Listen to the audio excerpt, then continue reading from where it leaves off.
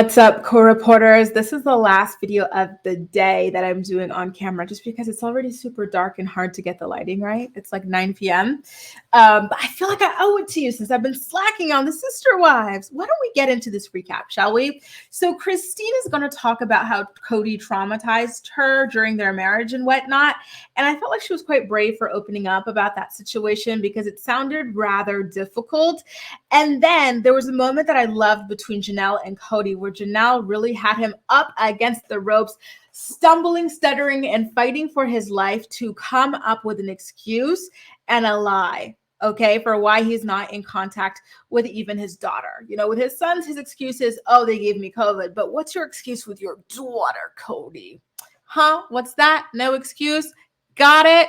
Let's get into it, shall we? So at the very top of the episode, Christina's with her kids. They're doing like this painting activity, which looks like so much fun. And then she decides to tell the kids that are there because there's one who's not there because she doesn't. Well, the reason why I think it's Truly's not there for whatever reason. But then she says that she doesn't want to tell this information in front of her because she doesn't think that this child in particular is ready to hear that she's ready to date again. So she lets her kids know she's hired a matchmaker. And so she's like, what do I say? I'm a public figure. I was in a plural marriage. I've got a bunch of kids, grandkids. Like, what do I do? You know, she's really nervous. She feels like she's full of like deal breakers and whatnot to your average person because they wouldn't really be into the whole polygamy thing, right? And she also wants to make it clear that she wants a polygamous relationship this time around because she's a monogamous relationship this time around because she is done with polygamy. And can you blame her? Now, when we get into what it is that Cody did or said in their marriage that made her feel traumatized and, you know, is giving her a hard time with the idea of dating and everything, she says that Cody told her that he wasn't attracted to her. And apparently this was really early on. Like, he even said that he wasn't attracted to her when they got married. I'm like, how do you get attracted to how do you marry someone you're not even attracted to? Like, what's the point? You already had another wife, you know? So why would you go add a new one that you're not even attracted to? Like, are you like an ex addict to the point where you're like banging people that you're not even like attracted to? Like, that's gross, you know? Like, just so weird. And the fact that Christine could like hear this and still continue on with this relationship for decades, and then have multiple kids with this man as well. And not only that, let this man continue marrying other women while you're out here working night shifts and this and that to make ends meet. Like, what did she get out of this like situation? You know, like these girls, their self-esteem are below the gutter. Like, you have to like drill under the gutter to go and find where the hell their self-esteem is, because wow, I am continuously mind blown every episode, right, by what they reveal. So anyway, let's get into the lunch that happens between Cody and Janelle. This is the first time that they are seeing each other ever since they had that big blow up fight weeks ago that had Cody storming out of her apartment, slamming the door behind him, her swearing at him, grabbing him by the arm, trying to stop him and everything. Like, and then not only that, but after this fight, she also threw his like clothes and stuff like into like bags, and she's like, come pick up your stuff, like, you know, they're not staying in my place anymore. So this is the first time that they're meeting. And so he says, listen, I apologize. My anger issues recently are a result of the divorce that I'm going through with Christine. But Janelle isn't buying it. She's like, you know what? In plural marriage, you're supposed to compartmentalize the problems that you're experiencing in other marriages so that, you know, the one here works. You know, like your problems with Christine should not bleed into your relationship with me.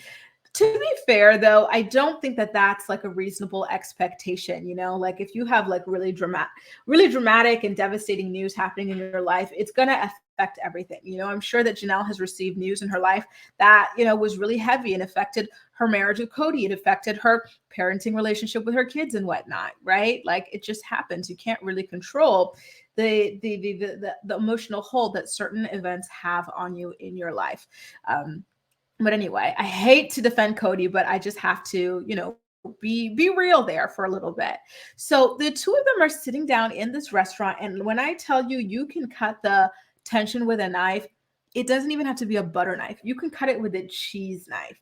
You can cut it with a paper knife. Like, the tension was thick. He's like trying to figure out if he's going to hug her. She doesn't get up to see, like, to greet him or anything like that. Like, it was really awkward.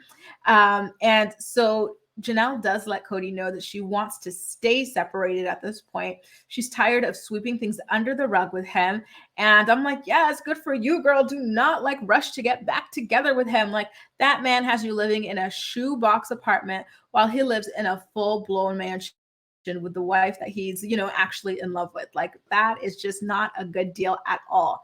So in his confessional, Kody tells us, well, he accuses the girls being Janelle and Christine, of like conspiring together to have some kind of mean girls clique against him, and to just like, ice him out and whatnot. And I just don't think it's true. I think that, they're lucky to have each other for support when it comes to dealing with such an egomaniac. At this point, Janelle does suggest that they go through some sort of counseling for their marriage, which at least indicates that like she's got like some level of dedication to continuing to try to like push forward in this relationship and make it work. And so at this point, Kody, the victim, decides that he wants to whine about Janelle and Christine not spending Christmas with the family and whatnot. And Janelle's like, first of all, I know what you're really trying to get at. You think that we spent Christmas together, but it's not true. Like, we had something to do together, but like we didn't spend the whole Christmas together. Okay. Like, okay. And I just find it so ridiculous that he's complaining about those two women spending Christmas without him, but he's not even worried about like the fact that he didn't spend it with like half of his kids. Like, he couldn't care less about those kids, it seems like. And that just really like hurt my heart. And again, a big reason why these girls even feel separated from him when it comes to Christmas and whatnot is because he won't speak to the kids that he has with them. He's got the silent treatment going on with them. So what does he expect them to do? Like, ditch the kids to go party with him, have some, eggnog with him? It just doesn't make sense. And, I was really happy to see Janelle also bring up the fact that Kody hasn't spoken with his daughter in 6 weeks. He didn't even wish his daughter from her a Merry Christmas. Like, I was just disgusted to hear that. I know we talked about it in the episode 5's recap, but just to really hear the dates and everything, like, from the mom's mouth, and to see how like incredulous he was, how unremorseful, and the way he was like stumbling, when I tell you that Janelle had this man up against the ropes, she had him up against the ropes. He was panicking. He had no clue what to do. He was just stumbling and stuttering his way, and he had no freaking excuse. Again, with the kids, they gave me COVID. That's my excuse. They haven't apologized. With a girl, nothing. What's your excuse? So you know what he does in his confessional, because he can't say this to Janelle's face because he knows it's complete and utter BS and he'll be annihilated. He blames the lack of relationship with his kids on Christine and Janelle for leaving him, because he only knows those kids in those environments, aka their homes. Sorry, but he seems like one of those men who only care or even slightly care about his kids when he's like, still romantically involved with the mom. Once that stops, sorry, but the kids are out too. Unfortunately, there are a lot of men like that, and be careful is all I have to say, when you're out here picking a baby daddy or a husband or whatever, because it's rough. The streets are rough and it's dangerous. Okay. Then he like starts trying to hype himself up about his situation with Janelle. He's like, oh, I'm sure Janelle finds me hot. I got nice pecs, a 6-pack of abs. Where, Kody? Where? You know what? Let me go ahead and Google his bikini body when I'm done with this. Obviously I can't put that type of stuff up here on my YouTube channel, but let me go. You know what? Matter of fact, let me go do it on my phone right here. Kody with a K, Brown, Speedo. Because I just do not believe that this man has, oh Lord, what did I do to myself? Listen, how old is he? He's in his 50s, right? Or something like that. For a man in his 50s, he has kept him up quite well. I can't put it up for too long. I don't want to get flagged or nothing. And I'll leave it at that. Kody. Okay. 6-pack abs. I didn't see 6-pack abs, but I will say I saw a flat tummy, which, which is a feat in and of itself, but I digress. So I do want to ask you guys, why the hell these people are always meeting in that one Mexican restaurant? Like, do they have a discount here? Do they have a punch card, 10 visits? Oh, and you know how quickly you can run that up with a plural family? Take half the family, one wife and all those kids one time, the other one the next time, boom, constantly getting a free meal, with the 10th punch card or whatever. Um, he did come there with Christine as well to have that like separation talk and whatnot. I just can't imagine. Like, I feel like I would be traumatized off this restaurant after a certain while if I were him. He just keeps catching L's there. So Janelle then asked Kody if he really wants a floral family because it doesn't seem like it, obviously hinting at the fact that he seems to prefer to just spend his time with his fave wife, Robin. And so we get to commercial break and we get to Janelle and Mary talking about how Kody only focuses on kids when they're small, then seems to forget to continue nurturing relationships with them as they grow up. And that's something that you're seeing and like, how estranged he is from his adult children and whatnot. Then Kody accuses Janelle of being a monogamist for not being satisfied with how little time he spends with her and her kids. And I'm like, I don't know, like it feels like he's someone who just like he's always gonna like have something like an Uno reverse card for you, and it seems exhausting to deal with somebody like this. Like he doesn't listen. He'll always throw back like another accusation at you, and it's just annoying. So then we get into the conversation of finances. Janelle is distraught because she's got nothing, right? She's got this tiny apartment.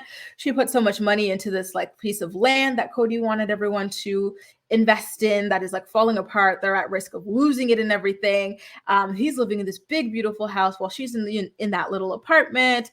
And he's like, again, when I tell you that Kody is someone who's always going to like flip the situation on you, like it's scary because at this point, like you a reasonable person would be like, wow, yeah, it's so true. Look at the way she lives. Look at the way I live, But he's like, wow, is that all I'm good for? Providing? And if I don't provide, I'm like, dude, you're not even a provider. All your wives are working except Robin, I think. And some of them were even working night shifts. Provider where? Like some men are so delusional. These are the men who are always worried about gold diggers. They've got no money, but they really think that women are after their money.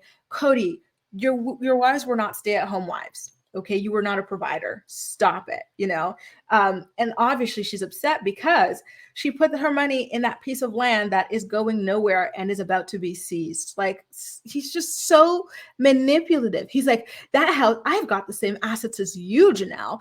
That house isn't mine. It's the bank's asset. Like, oh God, shut up. The bank is not living in that nice house with lots of room. You are, okay? Like, stop it. And then again, she put her money in that plot of land. What about that? Give her money back, go refinance it, pull her money out or something, or go sell it because you still haven't used it. He's worked me out. And then he like basically accuses her of being like this money hungry user. And it's like, I don't think a money hungry woman would settle for being part of your broke ass harem. Okay. Like GTFO, you delusional prick. My God, I don't know whether to laugh, punch my computer screen, or cry. Or should I do it all at the same time? Let me try it. Because sometimes you just don't know which emotion to choose because something is so outlandish and ridiculous, and that's what I'm feeling in this certain case. Okay, and there were certain moments during this conversation where Kody wanted to bitch about Christine and everything, and Janelle did a really good job of constantly sidestepping that because she is good friends with Christine. She doesn't really like Kody in this moment, right? So why would she be trash talking Christine with Kody? Kody tried to also like throw her under the bus in her friendship with Christine, like, oh, you told me ahead of time that she was plotting to leave me and stuff. Like he's really trying to drive a wedge between them. And happily, Janelle did not take the bait. She's like, you've been bitching about her for a while, man. Like, stop it. Stop acting like I'm the one who's been bringing this tea to you. You're the one who's been brewing it. And then towards the very, very end of their conversation, he just tries it again. And she's like, listen, like, this is between the two of you. I don't really want to get into it. Then Kody's like, but you're my wife and I should be able to come talk to you about this sort of thing. Listen, in this moment, your wife doesn't even like you. So why would she want to hear about like your relationship with another, with your ex-wife? Like, use your freaking brain, Kody, if you even have one. Like, just so foolish, right? Anyway, you guys, that does it. A recap of what went down on Sister Wives, season 18, episode 6. As usual, I'm more excited to hear what you have to say about the episode. So please do make sure to leave all of your thoughts and opinions in the comment section down below and we'll chat. If you enjoyed the stream, please do make sure to give it a thumbs up and subscribe to my channel if you haven't already. Okay. Bye guys. See you next week.